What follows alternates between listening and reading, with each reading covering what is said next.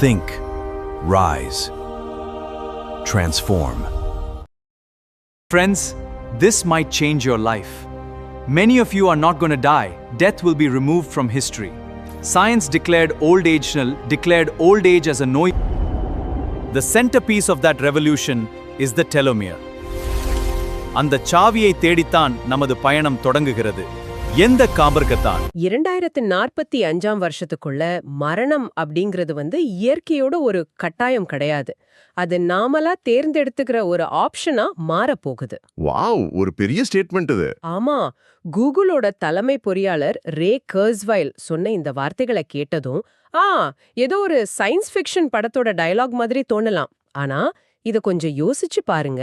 இப்ப நீங்க இன்னும் முதுமைய இயற்கையோட தவிர்க்க முடியாத ஒரு விஷயம்னு நினைச்சிட்டு இருக்கீங்களா? கண்டிப்பா எல்லாரும் அப்படித்தானே நினைக்கிறாங்க. வயசானா முதுமை வரும், அதுதானே இயற்கை. கரெக்ட். ஆனா நவீன அறிவியல் பாத்தீங்கன்னா முதுமைய அதிகாரப்பூர்வமா ஒரு நோய் அப்படின்னு, அதாவது ஒரு டிசீஸ்னு டிக்ளேர் பண்ற நிலைமைக்கு வந்துடுச்சு. ஆமா, அது ரொம்ப உண்மையான விஷயம். அதாவது இப்போ ஒரு சாதாரண காய்ச்சல் வந்தாலோ இல்ல ஒரு இன்ஃபெக்ஷன் வந்தாலோ நாம எப்படி உடனே ஒரு ட்ரீட்மெண்ட் எடுக்கிறோமோ அதே மாதிரி முதுமைக்கும் சீக்கிரமா ஒரு ட்ரீட்மெண்ட் எடுக்க போறோம். இது மருத்துவ உலகத்துல குறிப்பா இந்த மரபணு அறிவியல்ல நடக்க போற ஒரு மிகப்பெரிய புரட்சின்னு தான் சொல்லணும். அந்த புரட்சியோட மையப்புள்ளிய கண்டுபிடிக்கிறது தான் நம்மளோட இந்த ஆழமான அலசலோட மெயின் மிஷன்.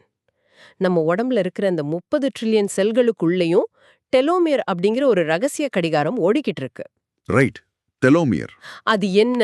அது எப்படி ஒருத்தரை 150 வயசு வரைக்கும் ஒரு 25 வயசு இளைஞன் மாதிரி வாழ வைக்க போற சாவியா மாறப்போகுது அப்படிங்கறத பத்தி தான் இன்னைக்கு நாம விரிவா அலச போறோம். சரி, இத கொஞ்சம் விரிவா பாப்போம். அறிவியல் எப்படி இந்த சாகாவரத்தை சாத்தியமாக்குதுன்னு கொஞ்சம் உள்ளே இறங்கி பாப்போம். கண்டிப்பா. இப்போ இத புரிஞ்சுக்கிறதுக்கு முதல்ல நம்ம உடம்ப எப்படி வேலை செய்யுதுன்னு நம்ம பார்க்கணும். நம்ம உடம்புல இப்போ பழைய செல்கள் தொடர்ந்து இறந்துகிட்டும் புதுசா செல்கள் உருவாகிக்கிட்டும் இருக்கு இல்லையா? ஆமா, நான் படிச்ச சோர்ஸ்ல இருந்து ஒரு விஷயத்தை நான் ஷேர் பண்றேன். ஒரு செல் தம் வாழ்நாள்ல எத்தனை முறை தான் பிரியும் அப்படிங்கிறதுக்கு இயற்கையாவே ஒரு வரைமுறை இருக்கு. சயின்ஸ்ல இத ஹாஃப்லிக் லிமிட் அப்படின்னு சொல்றாங்க. அதாவது செல்கள் பிரியறதுக்கு ஒரு லிமிட் இருக்கு தானே? Correct, exactly. அந்த லிமிட்டை தீர்மானிக்கிறது யாருன்னா நீங்க ஸ்டார்டிங்ல சொன்ன அந்த டெலோமியர் தான். இப்போ நம்ம ஒவ்வொரு செல்லுக்குள்ளேயும் பார்த்தீங்கன்னா டிஎன்ஏ இருக்கு. அந்த டிஎன்ஏவோட முனையில இருக்கிற ஒரு பாதுகாப்பு கவசம் தான் இந்த டெலோமியர். ஓ, இத நான் ரொம்ப சிம்பிளா புரிஞ்சுக்க ஒரு உதாரணம் யோசிச்சேன். இப்போ நம்ம ஷூ லேஸ் எடுத்துக்கலாம். அந்த லேஸோட முனையில ஒரு சின்ன பிளாஸ்டிக் கவர் இருக்கும்ல? ஆமா, ஒரு சின்ன கேப் மாதிரி இருக்கும். கரெக்ட். அது இருந்தாதான் அந்த லேஸ் பிசிறு தட்டாம பிரிஞ்சு போகாம இருக்கும். அந்த பிளாஸ்டிக் கவர் மாதிரி தான் நம்ம டிஎன்ஏவோட முனையில இருக்கிற இந்த டெலோமியர். ஒருவேளை அந்த பிளாஸ்டிக் கவர் தேஞ்சு போயிட்டா லேஸ் எப்படி வீணாயிடுமோ? அதே மாதிரி டெலோமியர் தேஞ்சு தீர்ந்து போயிட்டா நம்ம டிஎன்ஏ சிதைஞ்சிடும். அதுதான் முதுமை. ரொம்ப பொருத்தமான ஒரு உருவகம் இது. அதாவது இது எப்படி இருக்குன்னா, நாம பிறக்கும் போதே நம்ம செல்களுக்குள்ள ஒரு தற்கொலை ஒப்பந்தம், அதாவது ஒரு சூசைட் கான்ட்ராக்ட் சைன் ஆயிடுச்சுன்னு சொல்லலாம். இதோட முழு அர்த்தம் என்னன்னு கொஞ்சம் தெளிவா சொல்றீங்களா?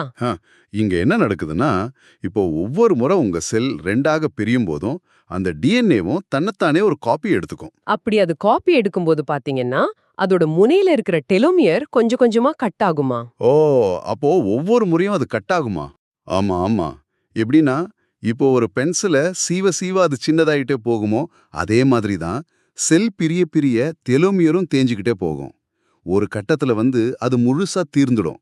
அப்போ அந்த செல் ஓகே, இதுக்கு மேல நான் பிரிஞ்சா டிஎன்ஏ டேமேஜ் ஆயிடும் அப்படின்னு முடிவெடுத்து தன்னைத்தானே அழிச்சுக்கும். ஆஹா, ஒவ்வொரு முறை என் உடம்புல ஒரு செல்லு பிரியும் போதும் என் ஆயுள் அப்படிங்கிற அந்த மணல் கடிகாரத்துல மணல் கீழே குட்டிக்கிட்டே இருக்கு. இத கேட்கும் போதே கொஞ்சம் பயமா தான் இருக்கு. ஆனா அந்த தேய்மானம் எப்படி நமக்கு வெளியில தெரியுது? அதுதான் இங்க நாம கவனிக்க வேண்டிய விஷயம். இப்போ உங்க உடம்புல பல பில்லியன் செல்கள்ல இந்த டெலோமியர் தேஞ்சு போகும்போது அது வெறும் ஒரு செல்லோட அழிவா மட்டும் நிக்கிறதில்ல. அதுதான் வெளியே உங்க முகத்துல சுருக்கங்களா, அப்புறம் முட்டி வலியா, ஞாபக மறதியா, இதய நோய்களா உருவெடுக்குது.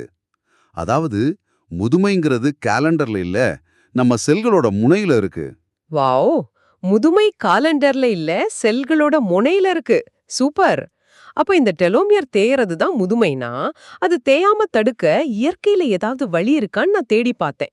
அந்த ரிசர்ச்ல நான் பார்த்த ஒரு சில விஷயங்கள் என்ன ரொம்பவே ஆச்சரியப்படுத்துச்சு. எந்த மாதிரி விஷயங்கள்? உதாரணத்துக்கு இந்த இம்மார்டல் ஜெல்லிஃபிஷ், இந்த உயிருக்கு உண்மையிலேயே சாவே கிடையாது. அது வயசாகி சாக போற நிலைமைக்கு வந்ததும் அப்படியே ரிவர்ஸ் கியர் போட்டு மறுபடியும் தன் இளமை பருவத்துக்கே, அதாவது பாலிப் ஸ்டேட்டுக்கு மாறிடும். ஆமா, இயற்கையோட ஒரு பெரிய மாயாஜாலங்கள்ல அதுவும் ஒண்ணுதான். அது மட்டும் இல்ல, கடல்ல வாழ்ற லாப்ஸ்டர், அதாவது இந்த கடல் நண்டு பத்தி படிச்சேன். சாதாரணமா எல்லா உயிரினங்களும் வயசாக வயசாக கொஞ்சம் பலவீனமாகிடும். ஆனா இந்த லாப்ஸ்டர் வளர வளர அதிக வலிமை பெறுது. ஆமா, அதோட சைஸும் பெருசாகும். கரெக்ட். ஒரு 100 வயசு லாப்ஸ்டரோட செல்களை எடுத்து பார்த்தா அது ஒரு இளம் லாப்ஸ்டரோட செல்கள் மாதிரியே ரொம்ப சுறுசுறுப்பா இருக்கு. அது ஆக்சுவலா முதுமையால சாகறதே இல்ல. அதோட ஓடு ரொம்ப தடிமனாகி அதை உடைச்சிட்டு வெளியே வர முடியாத ஒரு மெக்கானிக்கல் ஃபெயிலியர்னால தான் அது மூச்சு திணறி சாகுது. அப்போ இதுக்கெல்லாம் என்ன காரணம்? இதுக்கு காரணம் டெலோமரேஸ் அப்படின்னு சொல்லப்படுற ஒரு என்சைம் தான். இப்போ இந்த ஜெல்லி மீன், லாப்ஸ்டர் மாதிரியான உயிரினங்களோட செல்கள்ல பாத்தீங்கன்னா இந்த என்சைம் எப்பவுமே ரொம்ப ஆக்டிவா இருக்கும். ஓ, அப்போ அது தேறதை தடுத்துடுமா? ஆமா, இது என்ன பண்ணும்னா செல் பெரியும் போதெல்லாம் தேஞ்சு போற அந்த டெலோமியரை மறுபடியும் வளர்த்து விட்டுக்கிட்டே இருக்கும். அதனால அதோட செல்கள் எப்பவுமே இளமையாவே இருக்கும். ஒரு நிமிஷம், இங்கதான் விஷயம் ரொம்ப சுவாரஸ்யமா மாறுது. அப்போ மனிதர்களாகிய நமக்கும் அந்த டெலோமரேஸ் என்சைம் கிடைச்சா நாமும் மரணத்தை வெல்லலாமே? ஏன் நம்ம உடம்பு அப்படி டிசைன் பண்ணப்படல? இங்கதான் பரிணாம வளர்ச்சியோட ஒரு மிகப்பெரிய மாஸ்டர் ஸ்ட்ரோக் இருக்குன்னு சொல்லணும். உண்மையை சொல்லணும்னா மனிதர்களாகிய நம்ம உடம்புலயும் அந்த டெலோமரேஸ் என்சைம் இருக்கு. நிஜமாவா? நம்ம உடம்புலயும் இருக்கா?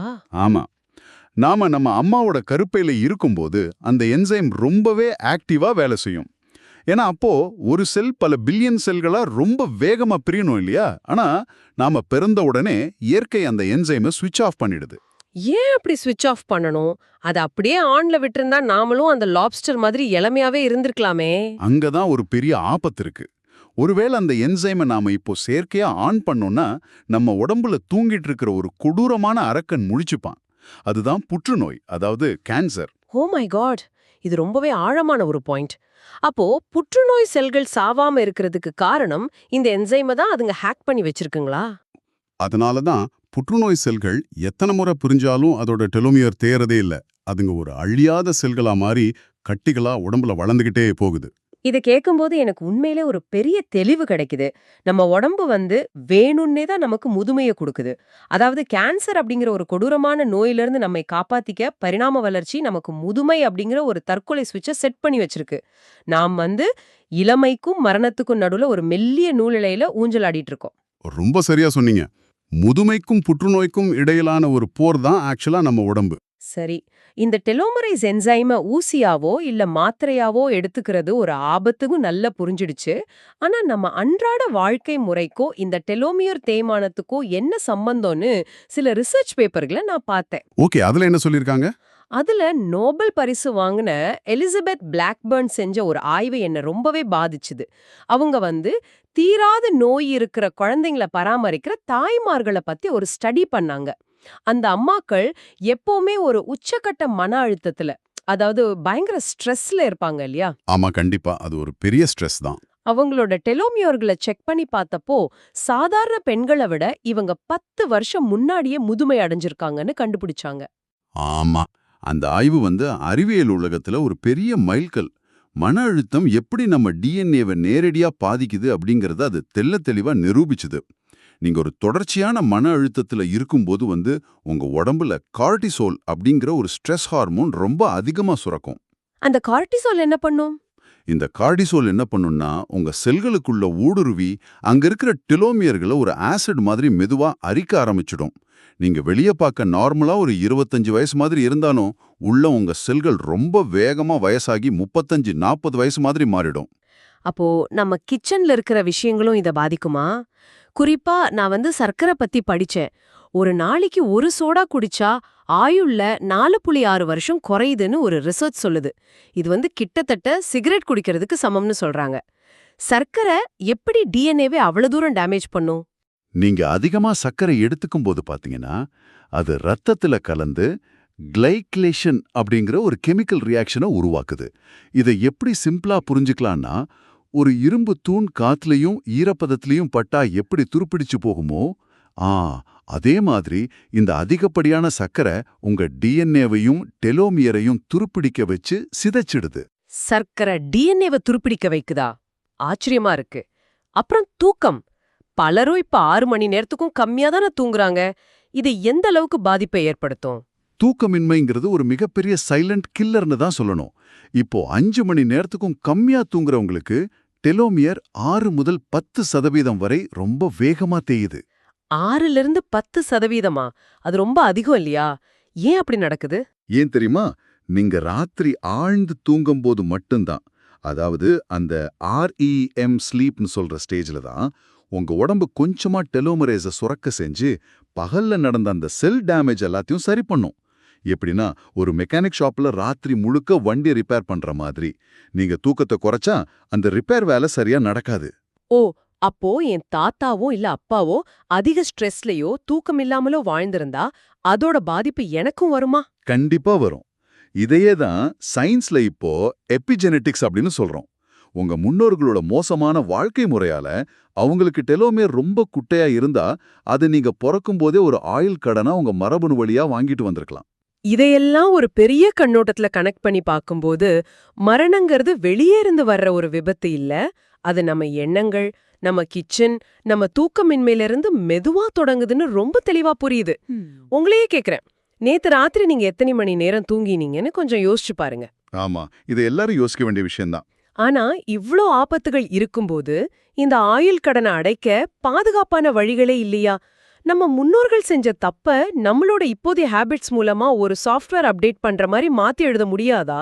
நிச்சயமா முடியும். எபிஜெனெட்டிக்ஸ்ல இருக்கிற ஒரு மிகப்பெரிய நல்ல செய்தி அதுதான். உங்க டிஎன்ஏவோட சுவிட்சுகளை உங்களால கண்டிப்பா மாத்த முடியும். உங்களுக்கு குட்டையான டெலோமியர்கள் மரபணு வழியாக வந்திருந்தாலும் உங்களின் இன்றைய பழக்க வழக்கங்கள் அந்த பழைய தகவல்களை மாற்றி எழுத முடியும். நிஜமாவா? அது எப்படி சாத்தியம்? கொஞ்சம் சொல்லுங்களேன். உதாரணத்துக்கு உடற்பயிற்சி எடுத்துக்கலாம். வாரத்துக்கு 5 நாள் வெறும் 30 நிமிஷம் நீங்க ஓடினாலோ அல்லது வேகமா நடந்தாலோ உங்க செல்கள் 9 வருஷம் இளமையாகும். நீங்க எக்ஸசைஸ் பண்ணும்போது உடம்புல ஒரு ஆன்டி ஆக்சிடென்ட் கவசம் உருவாகி இந்த ஸ்ட்ரெஸ்னால டெலோமியர் கட் ஆகிறத அப்படியே தடுக்குது. சூப்பர்!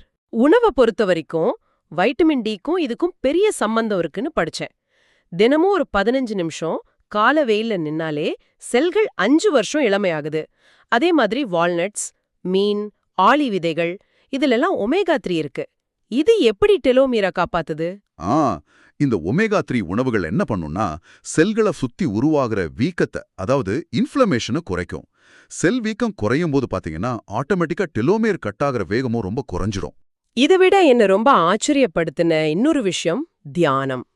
கலிபோர்னியா பல்கலைக்கழகத்துல செஞ்ச ஒரு ரிசர்ச்ல தினமும் வெறும் 12 நிமிஷம் தியானம் பண்றவங்களுக்கு அவங்க செல்கள்ல டெலோமரைஸ் அளவு 30 முதல் 43% வரை அதிகரிச்சிருக்கு. ஒரு 12 நிமிஷம் அமைதி இவ்ளோ பெரிய கெமிக்கல் மாற்றத்தை உருவாக்குமா? ஆமா, மன அமைதிக்கு அவ்வளோ சக்தி இருக்கு. அதே மாதிரிதான் மனித உறவுகளும் ரொம்ப முக்கியம். ஒருத்தர் தனிமையில ரொம்ப நாள் இருந்தா அது ஒரு நாளைக்கு 15 சிகரெட் குடிக்கிறதுக்கு சமமான பாதிப்பு ஏற்படுத்துதுன்னு ஆய்வு சொல்லுது. 15 சிகரெட்டா? தனிமை அவ்வளோ பெரிய ஆபத்தா?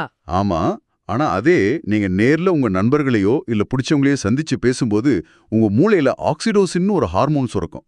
அது உங்க ஆயுள குறைஞ்சது 5 வருஷம் நீட்டிக்குது. வாவ்!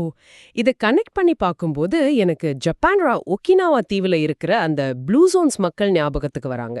அங்க மக்கள் ரொம்ப சாதாரணமா 100 வயசு வரைக்கும் வாழ்றாங்க. அவங்க எதுவும் ஜிம்முக்கு போய் வெயிட் தூக்குறதில்ல. ஆனா நாள் முழுக்க தோட்டத்துல வேலை செஞ்சு சுறுசுறுப்பா இருக்காங்க. ஆமா, அவங்க லைஃப் ஸ்டைல் ரொம்ப சிம்பிள். எல்லாரும் ஒன்னா உட்கார்ந்து சாப்பிடுறாங்க. முக்கியமா அவங்க கிட்ட இக்கிகாய் அப்படின்னு ஒரு விஷயம் இருக்கு. அதாவது காலையில எழுந்திருக்க அவங்களுக்கு ஒரு தெளிவான பர்பஸ் இருக்கு.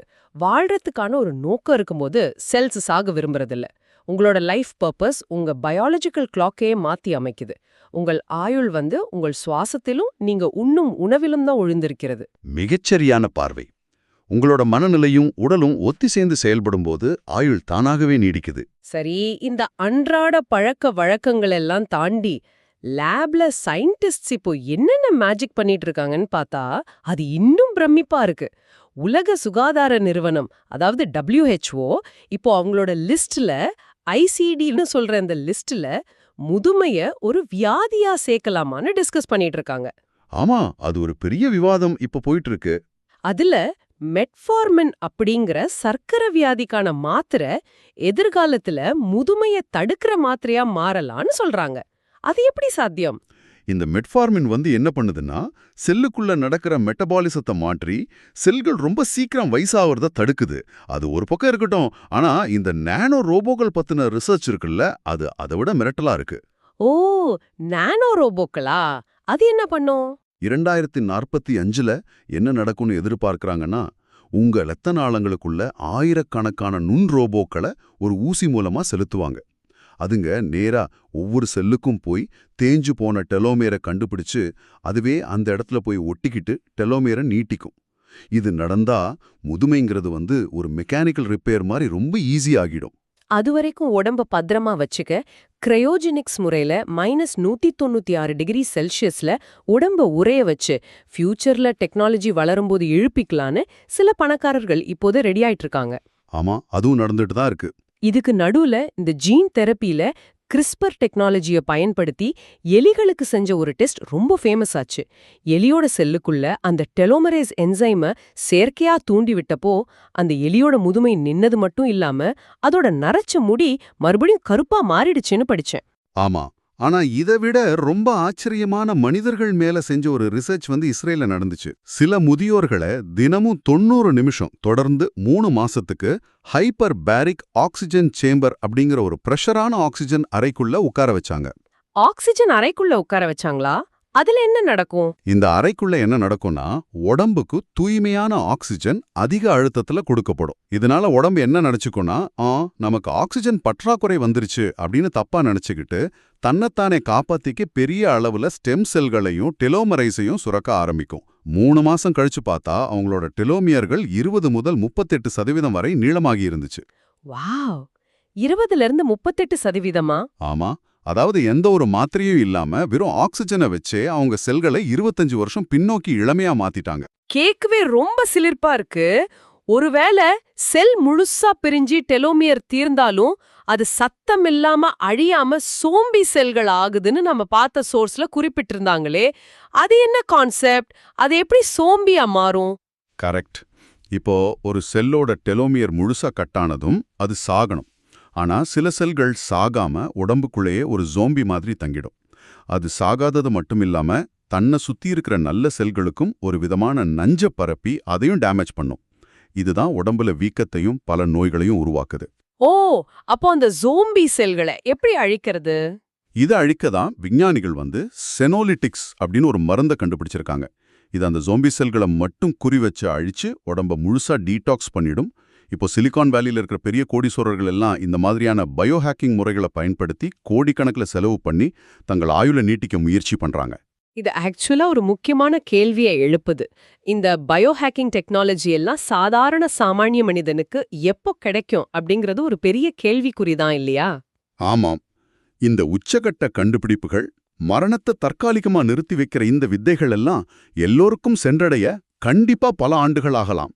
அதுவரைக்கும் நமது அன்றாட வாழ்க்கை முறைய நாம் தான் பார்த்துக்க வேண்டும். சரி, இந்த ஆழமான அலசலோட ஒரு இறுதி பகுதிக்கு நம்ம வந்துட்டோம். இவ்வளவு நேரம் அறிவியலை பத்தி பேசின நாம இப்போ இதோட தத்வார்த்தமான ஒரு பக்கத்தை பத்தியும் யோசிக்கணும். ஒருவேளை இந்த டெக்னாலஜி எல்லாருக்கும் கிடைச்சு நாம எல்லாரும் ஒரு 150 வருஷம் வாழ முடிஞ்சா இந்த உலகம் எப்படி இருக்கும்? அது ஒரு பெரிய குழப்பத்தை தான் உருவாக்கும். ஆமா, பூமியோட வளங்கள் இந்த மக்கள் தொகையை தாங்குமா? யாருமே ரிட்டையர் ஆகலன்னா புதுசா வர்ற இளைஞர்களுக்கு வேலைவாய்ப்பு என்னாகும்? அது ரொம்ப முக்கியமான ஒரு சோஷியல் ப்ராப்ளமா மாறும். மரணத்தை தள்ளி போடுறது அறிவியல்ல சாத்தியமாகலாம், ஆனா சமூக ரீதியா அது பல சிக்கல்களை கொண்டு வரும். அதனால ஏதோ 2045ல ஒரு மேஜிக் மாத்திரை வரும்னு நம்ம காத்திருக்காம இன்னைக்கு நம்ம கையில இருக்கிற விஷயங்களை நம்ம சரியா செய்யணும். கரெக்ட். இத கேட்டுக்கிட்டு இருக்கிற உங்களை பார்த்து நான் ஒரு கேள்வி கேட்கிறேன். இன்னைக்கு நாம பேசின தூக்கம், தியானம், ஒமேகா 3 உணவு, வெயில்ல கொஞ்ச நேரம் நிக்கிறது, மனிதர்களோட அன்பா பழகி தனிமையை தவிர்க்கிறது, இந்த 5 விஷயங்கள்ல எதை நீங்க இன்னைக்கு முதல் தொடங்க போறீங்க? கண்டிப்பா இத நேயர்கள் யோசிக்கணும். ஒரு சின்ன மாற்றமா இருந்தாலும் அது ரொம்ப முக்கியம். ஆமா, ஏன்னா உங்க ஆரோக்கியம்ங்கிறது உங்களுக்கு மட்டும் சொந்தமானது இல்ல. அது உங்களோட பிறக்க போற பேர குழந்தைங்களுக்கும் நீங்க கடத்துற ஒரு உயிரியல் பாரம்பரியம், அதாவது பயாலாஜிக்கல் லெகசின்னு சொல்லலாம். நீங்க இன்னைக்கு ஸ்ட்ரெஸ் இல்லாம சரியான உணவோட வாழும்போது நீங்க உங்க அடுத்த தலைமுறைக்கு ஆரோக்கியமான நீளமான டெலோமியர்களை பரிசளிக்கிறீங்க. ரொம்ப அழகான பாயிண்ட் இது. நம்ம வாழ்க்கை முறை தான் நம்ம மரபணுக்கள் மூலமா அடுத்த தலைமுறைக்கு ஒரு கடிதமா போய் சேருது. கடைசியா இதுவரைக்கும் நாம பேசாத ஒரு ஆழமான சிந்தனையோடு இந்த அலசலை நாம நிறைவு செய்யலாம். ஒருவேளை டெலோமியரை நீட்டிச்சு நாம மரணத்தை வென்றுட்டோனே வச்சுப்போம். மரணம் நம்மள துரத்துது அப்படிங்கிற ஒரு பயம் இல்லைன்னா, ஒரு காதலன் தன்னோட காதலை சொல்ல அவசரப்படுவானா? ஒரு சாதனையாளன் தன் இலக்கை இன்னிக்கே அடைய துடிப்பானா? வாவ், இது ரொம்ப ஆழமான கேள்வி. காலம் அப்படிங்கிறது முடிவே இல்லாத ஒன்னா மாறினா வாழ்க்கையோட சுவாரஸ்யமோ அந்த பரபரப்பும் முடிஞ்சிடுமா? நாம நம்ம ஆயுள நீட்டிக்கிறது வெறும் கேலண்டர்ல நாட்களை சேர்க்கறதுக்காகவா, இல்ல அந்த நாட்கள்ல அர்த்தத்தை சேர்க்கறதுக்காகவான்னு கொஞ்சம் யோசிச்சு பாருங்க. உண்மையிலே ரொம்ப யதார்த்தமான ஒரு கேள்வி. மரணம் அப்படிங்கிற ஒரு டெட்லைன் இருக்கிறதால தான் வாழ்க்கைக்கு ஒரு அவசரமும் அழகும் கிடைக்குது. எக்ஸாக்ட்லி. நீங்க உங்க வாழ்க்கையில எப்படிப்பட்ட அர்த்தத்தை சேர்க்க போறீங்கன்னு சிந்தியுங்கள். இதே போல இன்னொரு ஆழமான தேடல்ல நாம மீண்டும் சந்திப்போம். அது வரைக்கும் நல்லா தூங்குங்க, ஸ்ட்ரெஸ்ஸை குறைங்க, உங்க செல்களை பாதுகாப்பா வைங்க. இந்த வீடியோ பிடித்திருந்தால் சப்ஸ்கிரைப் பண்ணுங்கள், லைக் செய்துவிட்டு உங்கள் நண்பர்களுக்கு ஷேர் செய்யுங்கள். இது போன்ற வீடியோக்களை பார்க்க பெல் நோட்டிஃபிகேஷன் செய்து கொள்ளுங்கள். நன்றி, நன்றி, நன்றி.